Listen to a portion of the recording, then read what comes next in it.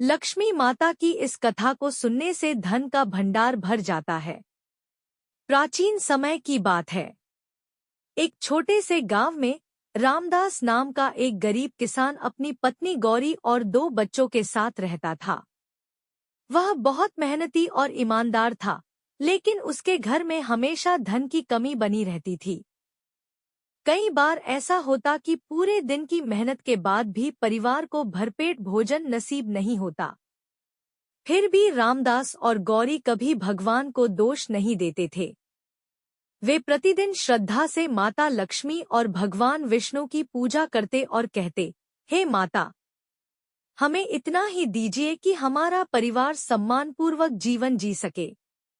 एक दिन शुक्रवार के अवसर पर गांव में एक वृद्ध साध्वी आई। उसने सभी लोगों से कहा, जो व्यक्ति सच्चे मन से माता लक्ष्मी की कथा सुनता है, उनका व्रत करता है और जरूरतमंदों की सहायता करता है, उसके घर में कभी धन धान्य की कमी नहीं रहती।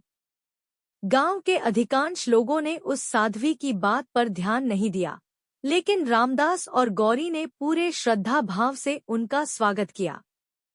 उन्होंने साध्वी को भोजन कराया, पानी पिलाया और विनम्रता से लक्ष्मी माता की कथा सुनने की इच्छा व्यक्त की। साध्वी ने कथा सुनाई और अंत में कहा, याद रखना, माता लक्ष्मी केवल धन ही नहीं देती, बल्कि सद्बुद्धि, सुख, शांति और समृद्धि भी प्रदान करती हैं। जहाँ स्वच्छता, सत्य, दया, सेवा और भगवान का स्मरण होता है, वहीं माता लक्ष्मी स्थायी रूप से निवास करती हैं। उस दिन से रामदास और गौरी ने प्रत्येक शुक्रवार व्रत करना शुरू किया। वे सुबह घर की अच्छी तरह सफाई करते, दीपक जलाते, माता लक्ष्मी का पूजन करते, कथा सुनते और प्रसाद बांटते। अपनी गरीबी के बावजूद वे हर शुक्रवार किसी न किसी जरूरतमंद को भोजन अवश्य कराते।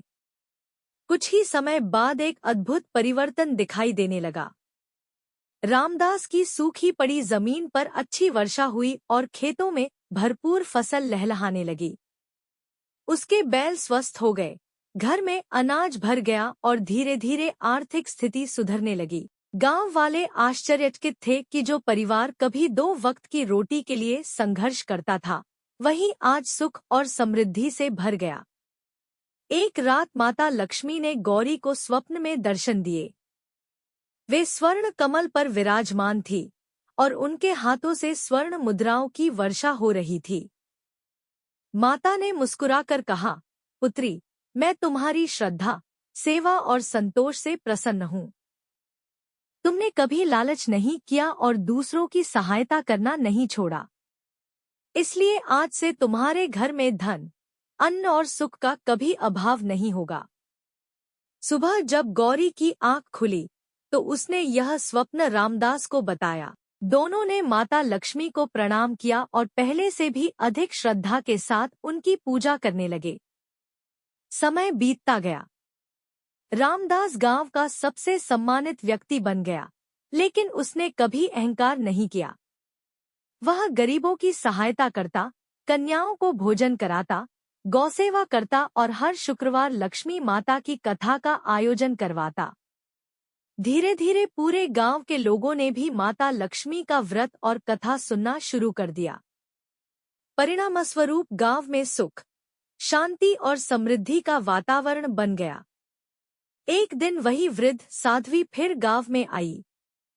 उसने देखा कि पूरा गांव खुशहाल हो चुका है।